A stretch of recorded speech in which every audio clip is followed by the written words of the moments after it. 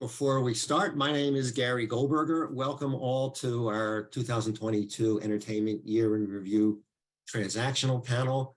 Before we get started and I introduce our very helpful panelists, I will introduce Dana Eulis of Lawyers Mutual. But first, a couple of housekeeping announcements. You'll receive your MCLE credits shortly after the program.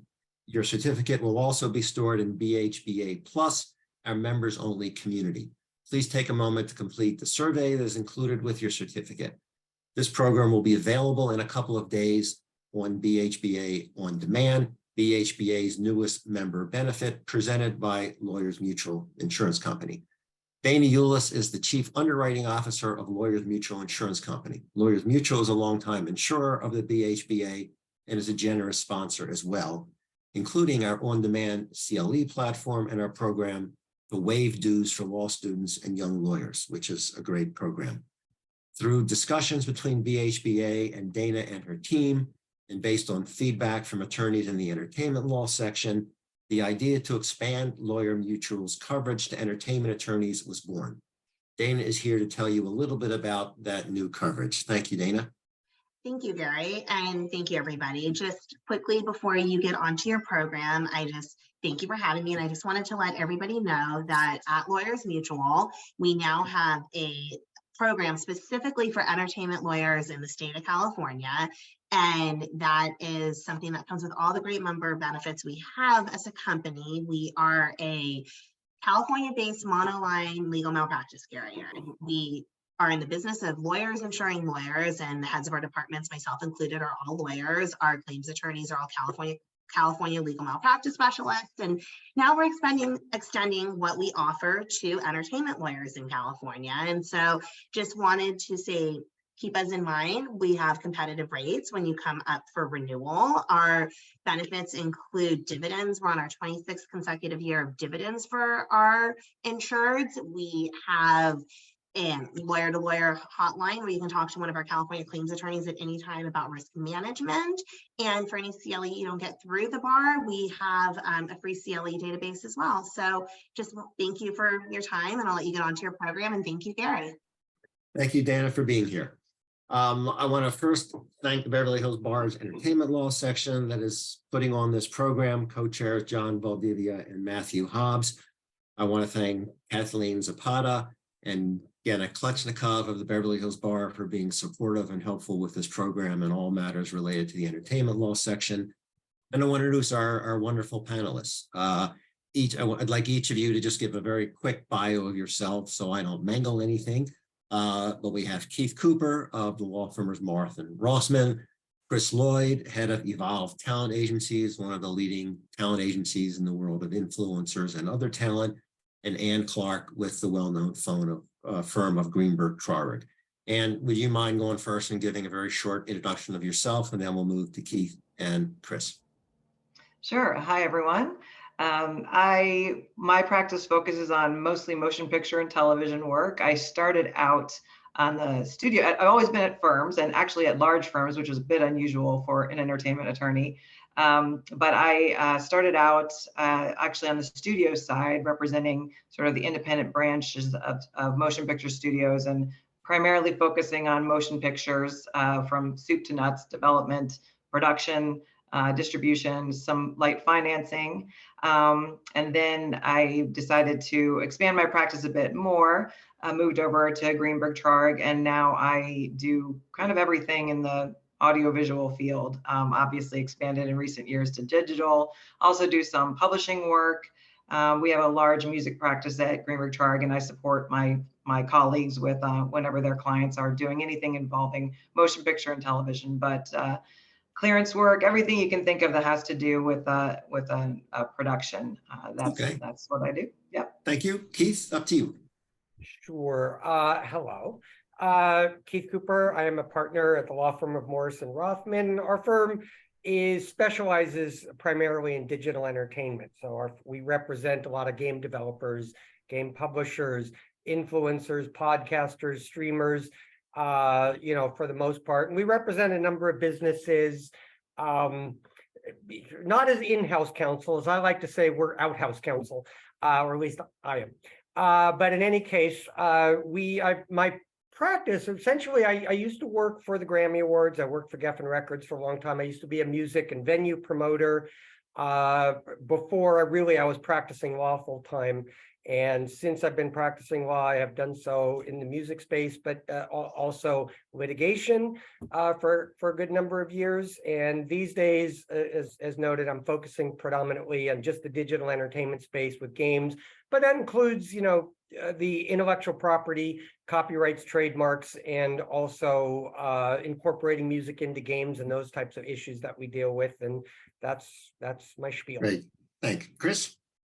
Hello, I'm Chris Lloyd from Evolve Talent. I'm the Chief Strategy Officer here. Like Keith, I have lived many lives in many different capacities. However, I've been in the gaming industry for about 20 years now, first as a pro player and then as an org owner in what we believe was one of the first player-owned teams back in the day, and then as a lawyer for several years before I put on the agent hat and we launched the agency. We were first movers in the esports space, the first licensed agency, and at present we represent some of the biggest creators on Twitch.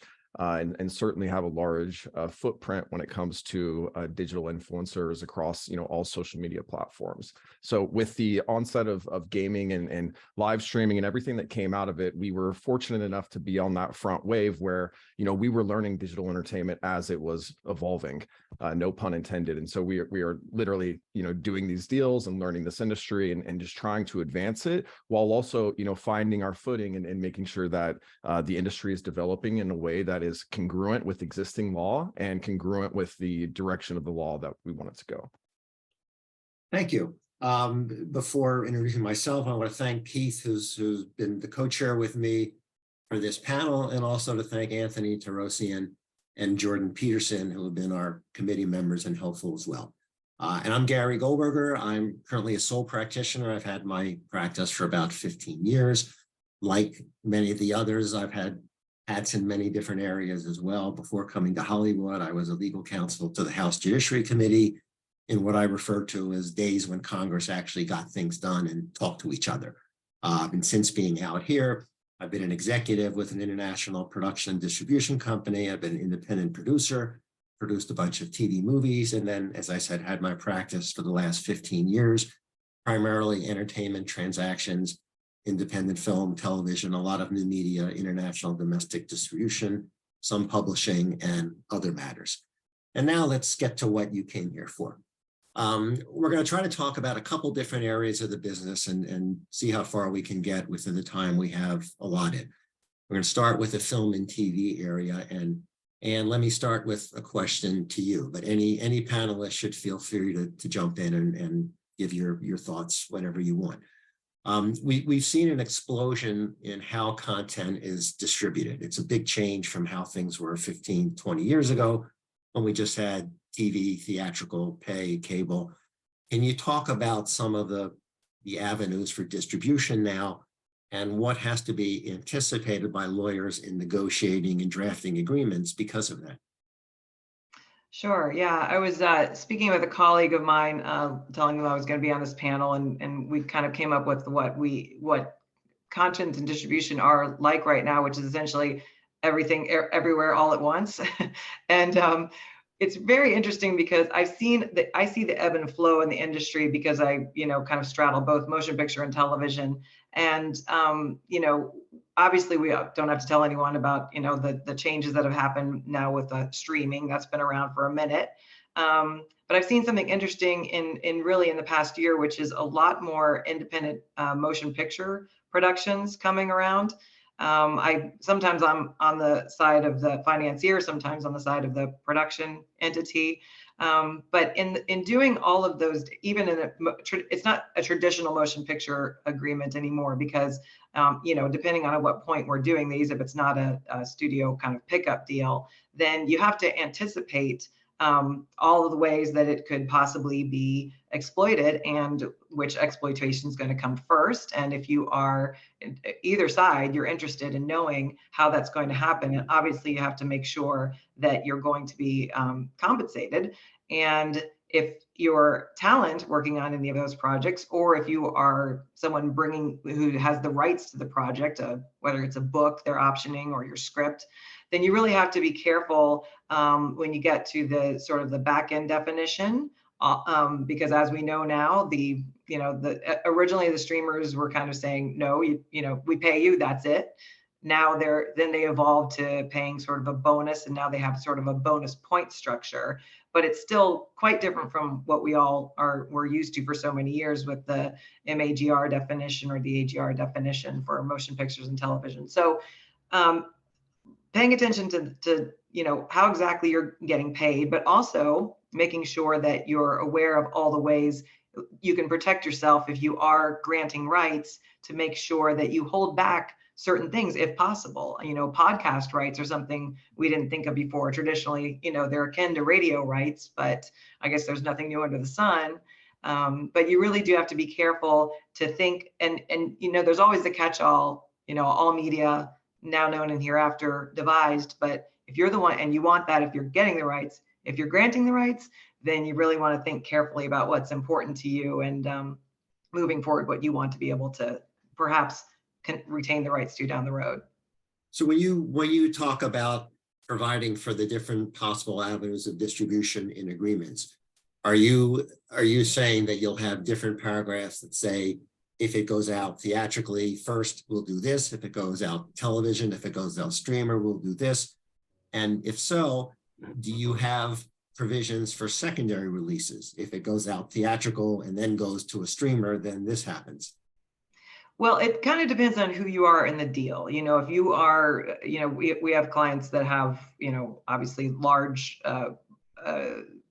properties that already have their own existence. Like, for example, if you're selling the rights to an existing cartoon or, a book, something like that has already its own rights that are a little bit protected, then you maybe have a little bit more, if you have a valuable property, you have a bit more ability to negotiate these things. And, depending on how much leverage you have, you could even try and insist, for example, that you do get, and maybe if it works for your type of content, you want to insist that you get a theatrical release first. Obviously that's changing, and it's changed so much since COVID.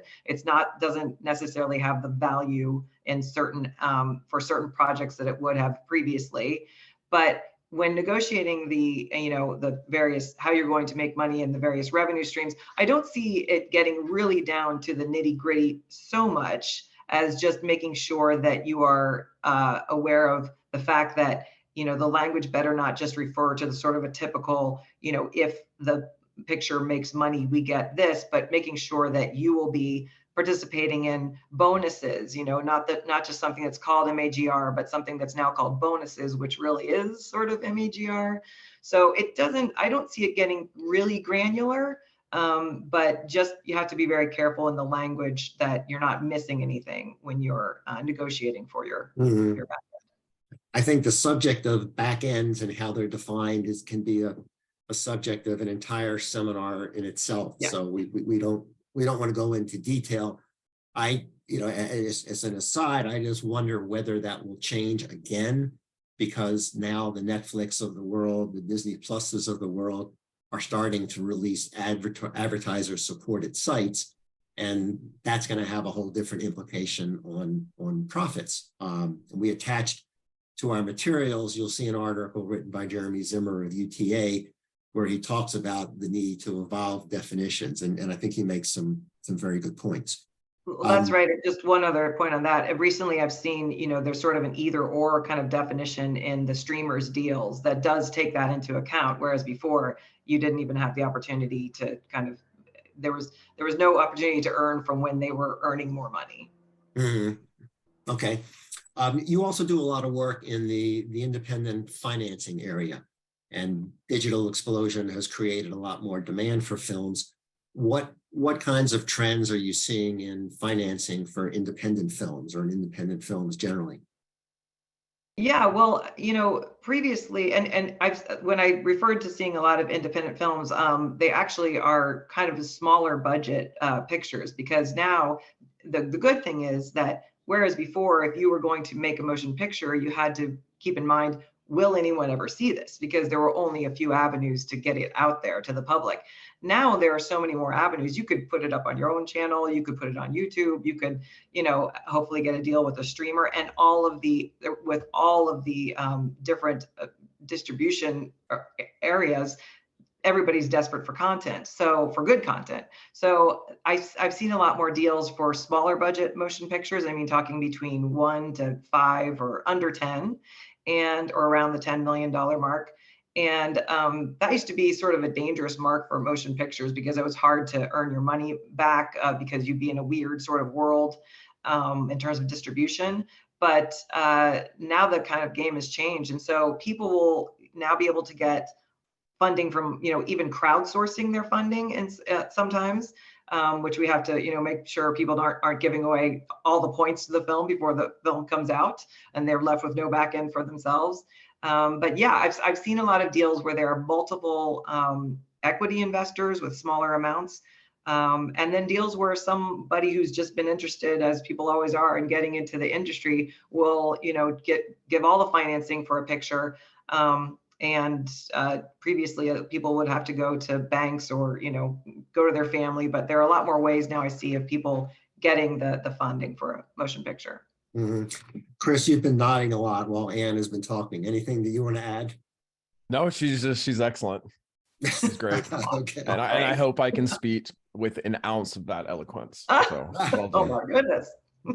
When you talk about so many independent films being made and there's so many outlets for them, are these outlets paying advances for films, or does it turn out to be primarily a revenue shared deal? And the other part of that is, are independent producers making enough money from revenue share deals to make their projects profitable? Yeah, I would say I see more, let's make this movie and then see where we can sell it. And there's still the, traditional route of going to the festivals. Some of that hasn't changed as much. But yeah, it's more on the front side of getting the financing and then hoping to find, a platform for it, which to answer your question, how successful are people? It depends a bit on the genre. For example, if you have a half decent horror picture, you're probably going to find someone who'll want to distribute it, exploit it. Same with documentaries, because they can be done for so little money. So that's kind of, people like to get those because there's a lot of upside. And horror films actually can be made for very little money. So those are two genres where I see that people tend to do well, based on in relation to the budget of their picture. But I think it really kind of depends on the mood and the time, because, I mean, we're seeing a little bit of resurgence of rom-coms now. People are looking for zombie movies and rom-coms. I mean, I don't know which way it goes. You either want to be shocked or you want to laugh and cry. Those are not necessarily mutually exclusive either. Good point. One more before we move on, because I want to make sure we give every area enough time. There's a trend that you would talk about with me and Ann that I think is a very interesting and important one, about diversity in law firm hiring and how that impacts hiring by companies to hire lawyers as clients, which I think is very relevant to people who are listening. Can you talk a little bit about that, please, and how that's trending and changing things? Yes, we're seeing this with our larger kind of corporate clients that are in the media field, that there are certain companies that will sort of hire law firms based on an annual retainer and hire multiple. As we know, the larger studios and companies always like to have multiple firms engaged, so they can't be sued by those firms. That's part of it. But so I'm a huge fan of it, because as we all know, you can get your foot in the door, but sometimes unless there's pressure from the top down, you're not going to have opportunities. So they have requirements that the attorneys that are working on their projects are diverse, and so they actually want to know who's on the team, and you'll in essence be rewarded with more work if you are focusing on diversity. And it matters. It really does. It makes a difference. And you know, as How does that- a woman in the industry, I've seen a lot of changes, and I absolutely appreciate it, especially, you know, for my friends of color and for women. I think it makes a difference. I do. Does that impact recruiting by law firms? Yeah. So that's the trickle down effect, that law firms then are, you know, focusing a bit more on that and really trying to, you know, broaden their search a bit and make sure that they are, you know, kind of rethinking the way that they're recruiting, which I think is also really, really good. Yeah. I would Yeah, just it is a mention, good- you know, this is very big issue in the gaming space too, diversity. We do have a number of clients that vet our law firm to ensure that we are diverse before, you know, they'll retain us. But we also have a lot of organizations, just one, for example, WIGI, Women in Gaming, I forgot the international, I forgot what the other I stands for as well, but you know, they are advocating for that. And same thing among like the LBG community and the like. We're seeing a lot of organizations do that, and it is absolutely at the forefront, I think, in the gaming sphere, is more inclusivity and more diversity. That's very good. Let's turn now to the area of influencers, because that's an area that is another one that didn't exist not that long ago and seems to be changing all the time. And Chris, I know you spend a lot of time in that area. We all think we know what an influencer is, but to you, what is an influencer? Yeah, so an influencer, typically, like, people will use the phrase in conjunction with, you know, someone with a very large social following who's able to, you know, exude influence over a matter. But what people don't really realize is that influence is on a spectrum. It's on a scale, and it can go as small as a micro influencer with, you know, 1 to 5 followers, and you can exercise influence over those 5 followers. And we've actually found that there are, you know, pretty compelling marketing campaigns that utilize those smaller influencers, typically with a higher conversion rate, and makes those marketing campaigns just a little bit more sticky with the audience. And I think that there's, you know, a certain degree of intimacy in those small situations that allow, you know, the marketing campaign to be successful. But typically in our respect, we're dealing with people with, you know, millions of followers. Digital influencer will typically be popular across multiple platforms. They'll have a YouTube channel, they'll have a TikTok, they'll have an Instagram, and they'll have a live stream on Twitch. And so usually they'll stream on Twitch, and then they take that raw content and repackage it for the other platforms. And so these influencers are, you know, running their own shop. They are, you know, a one-person show, one-person production company, and, you know, they're managing their socials across multiple platforms. So if I come to you and say, I'm an influencer, can you help me? Is there a ballpark number of followers that you want to see before you'll consider them? Or will your first question be, who do you influence and how much do you influence them?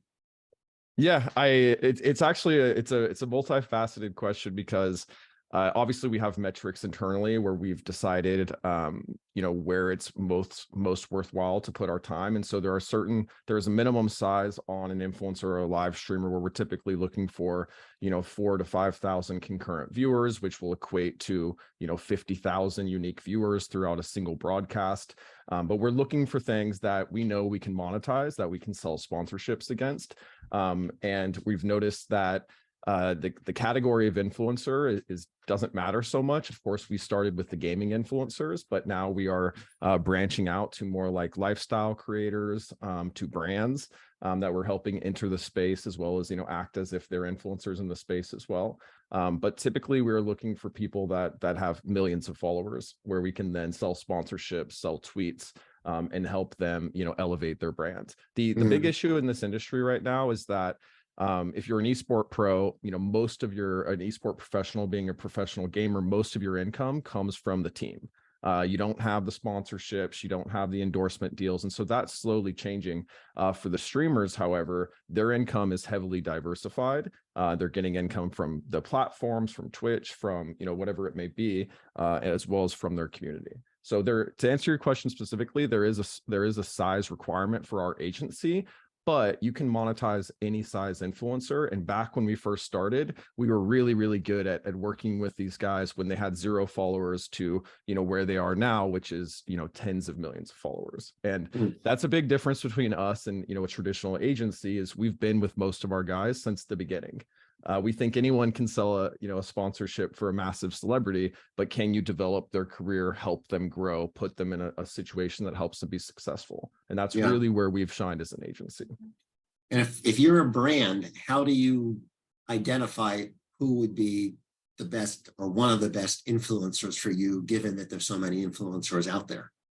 Yeah, so there are metrics you can look at. You can look at like their demographics. Like it depends. Like most of the audience on Twitch and in live streaming is your standard like sports type demographic, 18 to 34-year-old, predominantly male. And so you can apply that as the standard rubric across most channels on Twitch. However, if you dive a little bit deeper, you can start to, look for culture fits and people that really believe in the brand, because if you believe in something, you're going to be much more passionate about pushing it. And the thing about the gaming industry and live streaming is it's all about authenticity. It's all about looking organic, even if it's not. And so the best thing you can do for a brand, if you're Levi's, is hire the guy that only wears Levi's and is known for that, right? And then it becomes a thing where the brand and the campaign becomes one with who he is, and it merges into his identity. And those are the most compelling campaigns. Okay.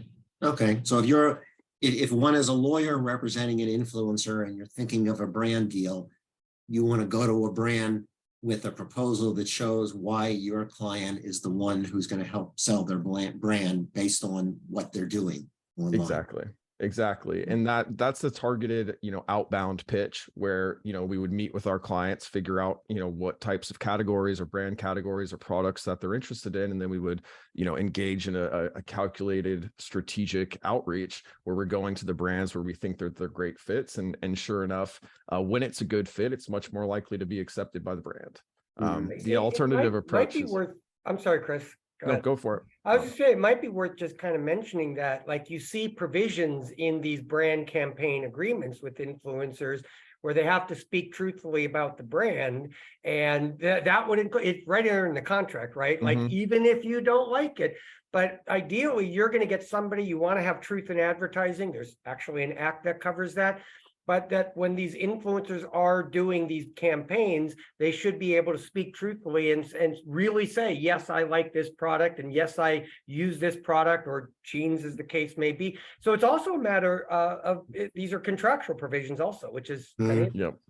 Well, and as you can tell, our clients love that one where they're like, I have to say what? And I think that would resonate with any American. But what are to all of you? What are some of the key points to consider in doing a deal, either with an influencer or with a brand for an influencer? And what are some of the legal provisions that have to be included and negotiated in those kinds of deals?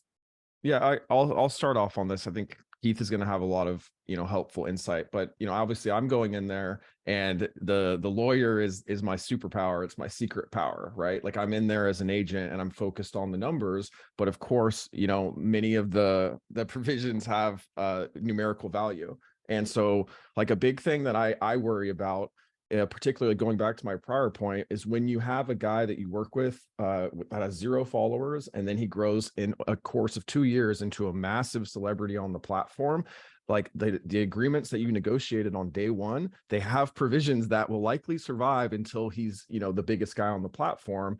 And you need to be very cognizant of that, how long the brand can use your materials, can use the pictures you're licensing to them. And like my biggest fear is that at 5 years after I do a deal, I'm walking through Best Buy and I see my client's picture there that we didn't allow. And so as a lawyer, I'm negotiating these provisions and we are very, very aware of the long-term implications of them. Unfortunately, not all of these agreements are negotiated by, agents that are lawyers, and a lot of the talent in this industry, like straight up just does not retain lawyers. And so I think people operate in this industry from like a position of gratitude where they are happy to be here. They are thankful to be here and like extremely grateful for the opportunity. And that's true whether they're getting paid $500 a month or $500 million a month. They would still feel grateful. And what the environment that produces basically is not conducive to, prompting them to hire lawyers. Fortunately, that's changing. And so a lot of the agreements are being negotiated by lawyers, both the language, the terms, et cetera. And so, the industry is cleaning up, but there are a lot of bad agreements on the street that were signed in the last, 10 years that could potentially be quite damaging.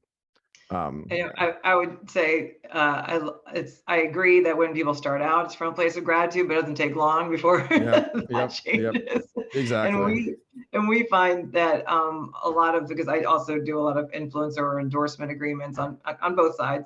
And one of the things that's important for, again, both whether you're the influencer or the company that's engaging them, is the issue of how quickly it can affect reputation, career, et cetera, if there's something that's, damaging to the reputation on either side. So that is one of the provisions that we are always, that's kind of hotly contested, and narrowing down both, what is it that would be considered a breach behavior on the side of the influencer, or even, corporate misstep with a corporate client.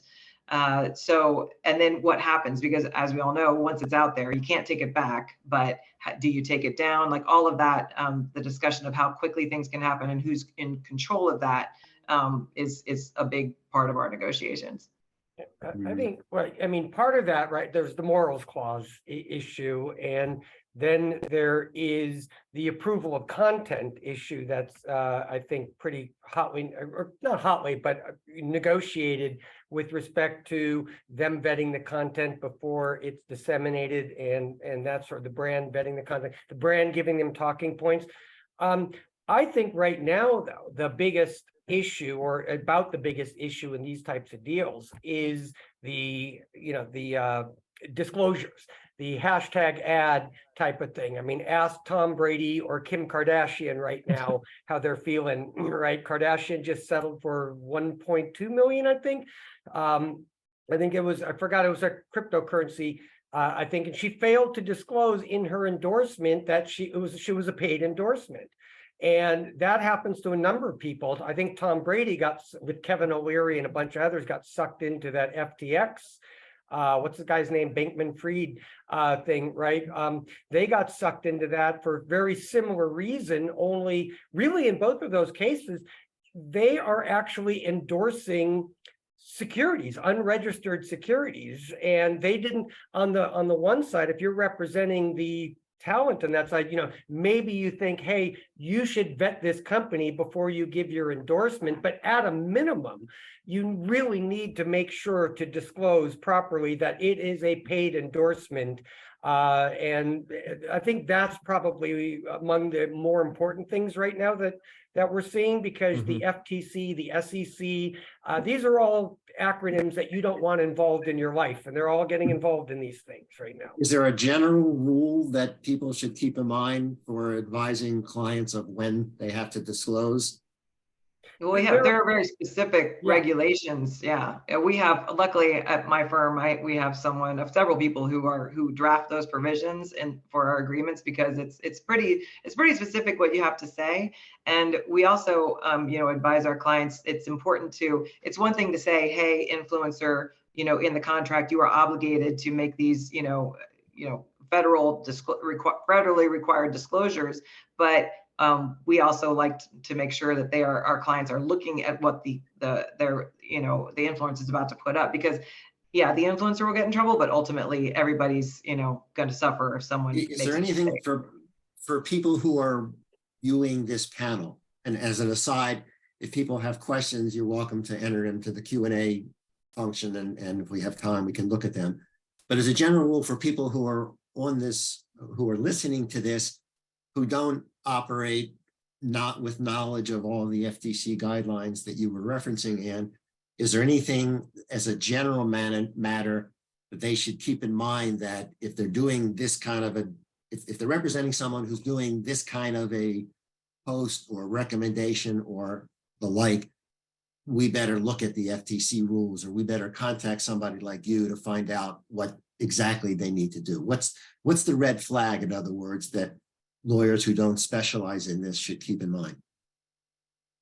Well, I would advise having the very specific language, but the most important thing, if you are on the either side for the influencer, is to just make it clear that it's sponsored, whether it's hashtag ad. I mean, people do it in all different ways, and I don't think the FTC's, I should say that, but if you make it clear, if not, if you make it very clear that this is a sponsored post and that you are, somehow, whether it's hashtag ad or sponsored, but there just needs to be something in the caption where people can see it clearly, that there's no mistaking the fact that you are, getting paid somehow if they click on something. Or and also, I think very, very important if you're a practitioner is that these contracts will specify that it is the obligation of the influencer to comply with the FTC regulations, and of course with the warranties and representations that they'll do so, and the indemnity provisions, right? That if they're going to warrant and represent that they complied with the FTC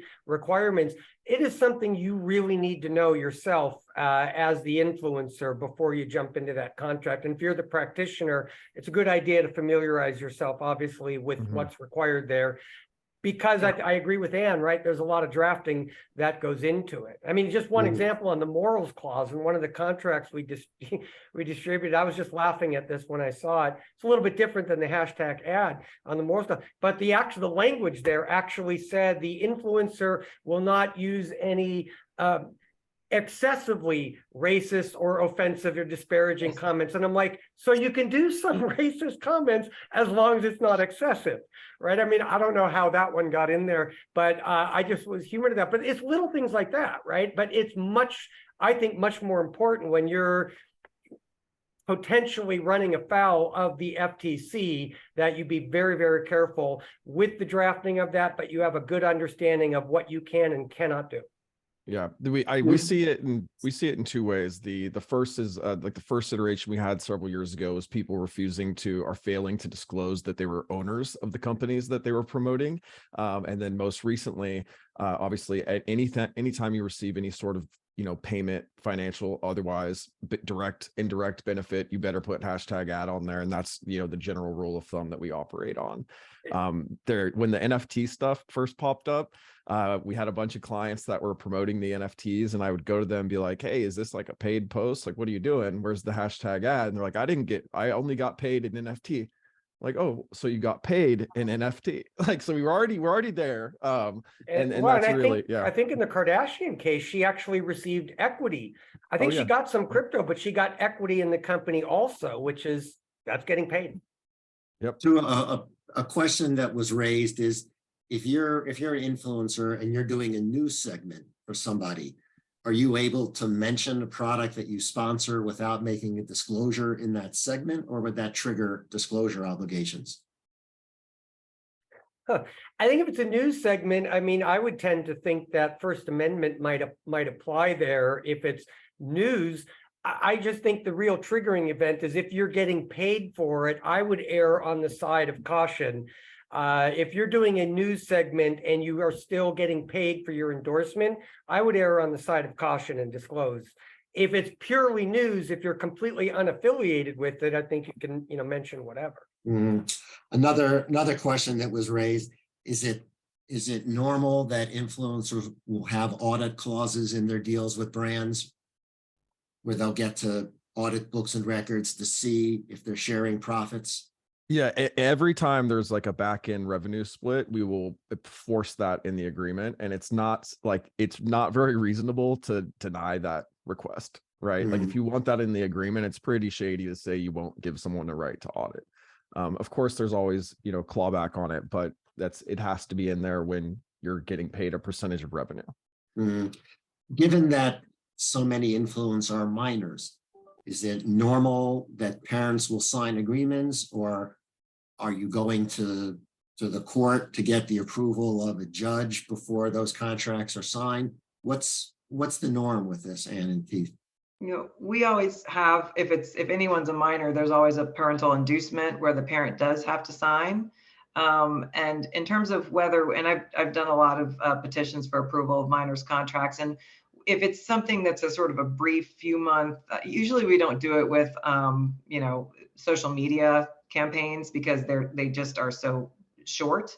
But obviously for motion pictures, television, we would get those approved. But you just kind of weigh, what is it worth it actually going in there? By the time you have it approved, the campaign's usually over anyway. So yeah, so you always do have the parent sign, yes, and I basically agree, say and that- the only thing I was going to mention is this is a big issue. I don't know how big, Chris would know better than I don't know how big it is kind of in the influencer space, but in the esports world, these player contracts, you got kids 14, 15, 16 years old signing these contracts, and these are not like brand campaigns, what Ann is referring to. These contracts are a year or 2 years or whatever. They're regular player contracts like any sports team would enter into, but we do see minors definitely entering into those. So we go for the parental guarantee typically. I haven't done a court approval over a minor contract in years, but it doesn't come up for me that often. So, but it does happen a lot in esports. Okay, let's move on to gaming now, because I want to talk about that as well. Keith, what's the basic size of the gaming industry? All of us know the gaming industry is out there, but people don't always realize just how big it is and how it compares to the theatrical industry. Mammoth. Okay, I mean, people that don't know the gaming space don't truly understand or comprehend exactly how big it is. When it first caught my attention, several years ago, was when it surpassed the motion picture industry. And this was like 5-6 years ago. I think that the global revenue from gaming, and remember, gaming is broken down predominantly into 3 categories. There's PC, there's console, and there's mobile. And so PC is actually the lowest of those. What's the difference between PC and console? Well, PC is one that, like on my computer, it's a gaming rig, so that you're playing, you go onto Steam, for example, you download a game onto your computer. Naturally, there are games like Minecraft where you're going onto somebody else's server, the Minecraft servers, Roblox servers, where you're doing that. But PC gaming is exactly that. It's a game that's played on your PC.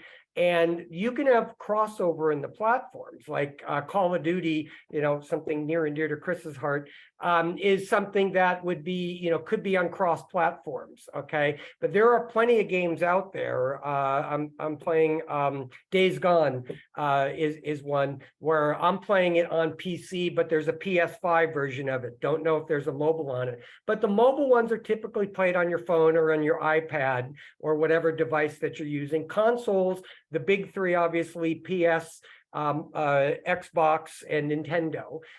Those are games for that. And then the others are on PC. They all serve different purposes. Like in the competitive world, and Chris he's the professional gamer here. He could back me up on this, but even if it allows for cross-platform playing, like I'm playing on a PC and Chris is playing on a PlayStation, I have the advantage because the PC is much more responsive with using the mouse and the sensitivity of that more so than the PlayStation. So there are physical characteristic difference, but those are the 3 types of things. Yeah. So you can look at the numbers.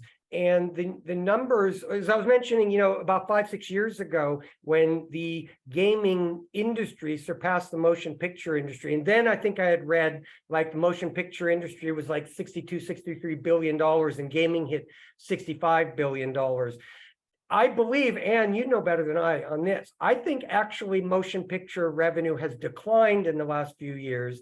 Largely because of the increase in streaming. And, Regal is going bankrupt. AMC, I think, went bankrupt. And these theaters, these massive chains have gone belly up as a result of the rise of streaming, I think. Again, Ann definitely would be more knowledgeable than me on that.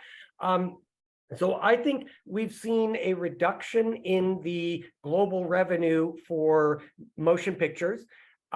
Gaming, music revenue, by the way, I'm going to throw this in there too, has actually increased, which is good to see over the last few years. It's been going up 3, 4, 5% per year. It dropped all the way down to like 16 billion. Last time I looked, it's at 21 billion. So if we combine motion pictures as it was, 60 billion, and music as it is at 20 billion, that's a combined $80 billion, 70 to $80 billion. 2021 The last metric that I looked at, the gaming industry, $180 billion. So basically it triples now the revenue from the motion picture industry alone, and it dwarfs the combined revenue. And what happened was pandemic, right? And everybody, it was just kind of funny. No, the pandemic was not funny. Let me be clear about that. But what happened was, the offices shut down. Everybody had to stay home. But I'm just a big kid. I'm a gamer. I was like, pandemic's the greatest thing ever. I can't go out. I'm just going to play games. Just to try to, because we have only a few minutes, we have like 10 minutes left or so. At what stage would a gamer look for a lawyer, and what are some of the points that lawyers should be conscious of in a gaming agreement? Well, Anne mentioned so many of them because there's a lot of similarities between the motion picture. So what I typically tell gamers that the main legal points that they want to be aware of, starting with entity formation, first of all, and then we want to trademark their game. We want to trademark the studio if they're operating as a studio, trademark or whatever as the business, trademark the game if they're developing a game or whatever. So, and then copyrights, right? Because the game elements include script, it includes artwork, it includes music, it includes code. There's a whole bunch of copyrightable elements contained within that. So we want to get the copyright protection as early in the process as possible, along with the trademark. Then the big one is content acquisition. And content acquisition might be, maybe you're creating it yourself, but maybe you're hiring third parties, independent contractors. That's a big issue. Are they independent contractors or are they employees? Bigger issue in California right now, I think, than anywhere else for a variety of AB5. So you want to get work for hire agreements in place, for example, so that you make sure your company, right, is signing the agreements, so that your company ends up owning any and all of the IP that's created by these third parties. And then to the points that Anne was making, oftentimes, it gets down to a developer-publisher deal. And when it's a developer-publisher deal, maybe the publisher steps in and gives you a large advance, or maybe the publisher will finance the ongoing development of the game through various milestones along the way, and they'll keep issuing checks so that you can develop the game. But maybe you go get independent investors. And so we do a lot of equity deals as well, where investors are coming in and they're saying, hey, we like your company, we like what you're doing, here's some money, and then we have to negotiate, what equity that they get. Sometimes it's when you use the word publisher, you're talking about the Activisions of the world, the big game companies that would release it. Yeah. I mean, some of those big companies, they own. That's typically the designation of a studio. They own the developer, and it becomes a studio. But probably much more often is you have an independent developer, and maybe they're approached with a publisher like Annapurna Games or something, and then we will do a deal between the developer and the publisher. We try, and these same rights that Anne was talking about, we want to retain as much control over the content as humanly possible. I like to try to grant limited rights. If it's to a film company, I want to make sure it's limited to film, maybe film and television, and hold back all the other rights.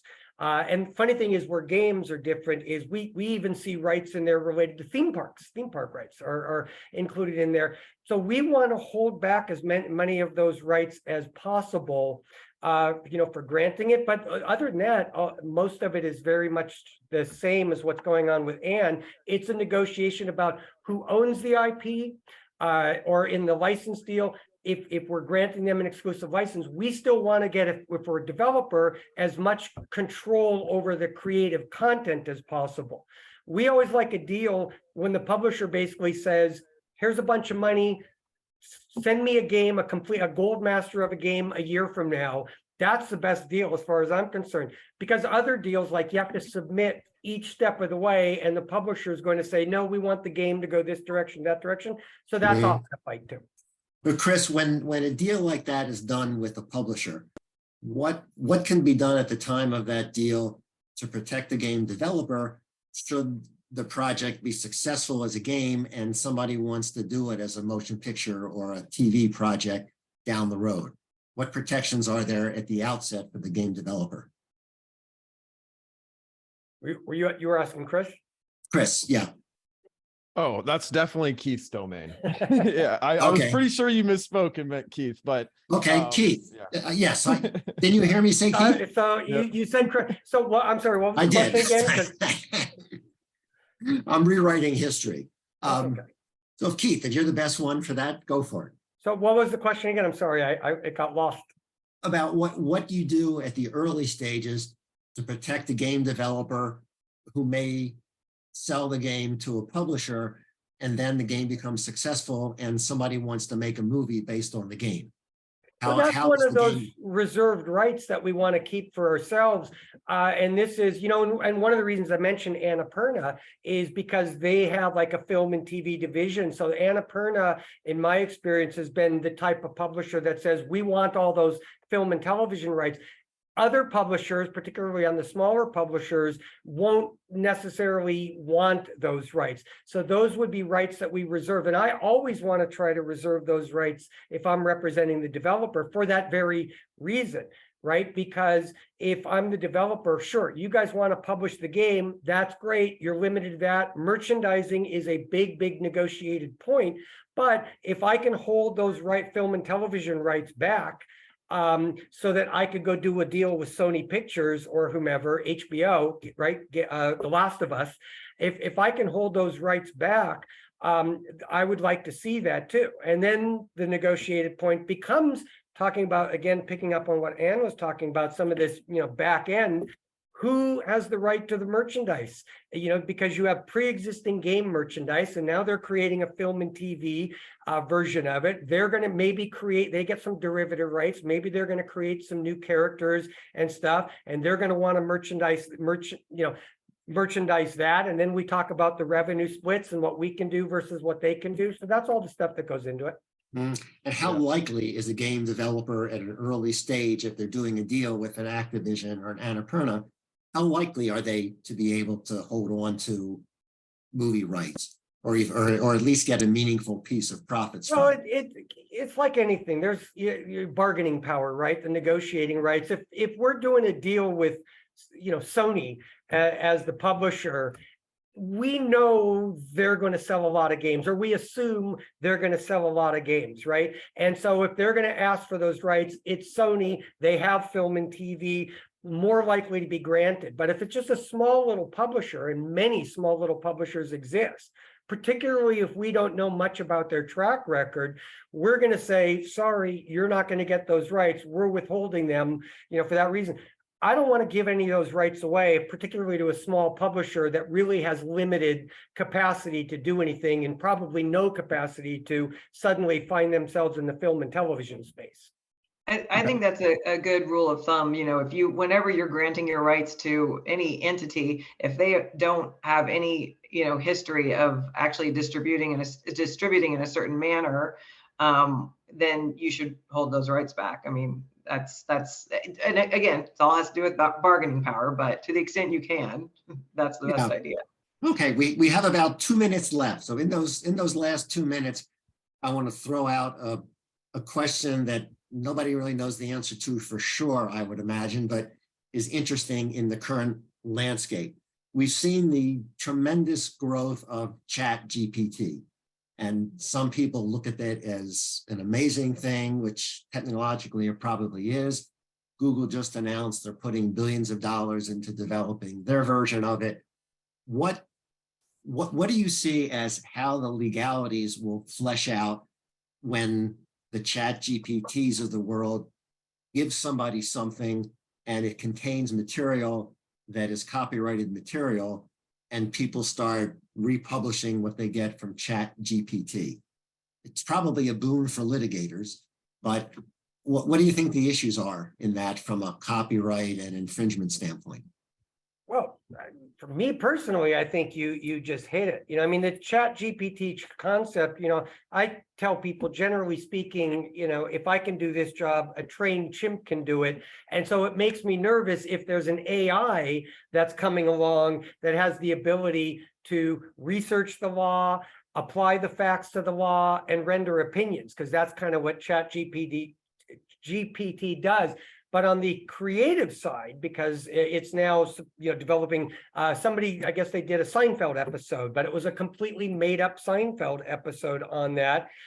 I don't know that there was any copyright in there, but to me, the issue becomes if the AI in doing the course of research lifts some copyright material, I think it's a little bit like maybe like Napster, in the sense that the Napster defense was, hey, we just built the technology. We're not the ones actually sharing the material in there. I don't know who would be liable in that sense if there's no human that's doing the actual copying. I'm not sure. Yeah, but you would hope that the original copyright owner maintains his ownership over those rights, correct? Well, they Yeah. would maintain the ownerships, but this is a question of infringement, not transfer of ownership. Who's liable is the tricky question. Yeah. Mhm. Yeah, that's what's interesting, because the program, ChatGPT is written presumably so that it might take material from a book that somebody wrote and giving you an opinion on something. And the fact that it's written that way will create interesting questions. I guess I think I read there's a suit in Northern California federal court that was recently filed. I forget the name of it, but it may lead to some interesting issues. But it is 1:30, so our time is up. And Keith and Chris, I want to thank you for your participation. It was great. You all had wonderful things to say, and I hope the viewers have enjoyed the panel as well. Thank you. And everybody have a good day. You should get your MCLE certificates fairly shortly. Thank you all. Thanks so much. Thank Thanks, you Gary. guys. Bye. Bye-bye.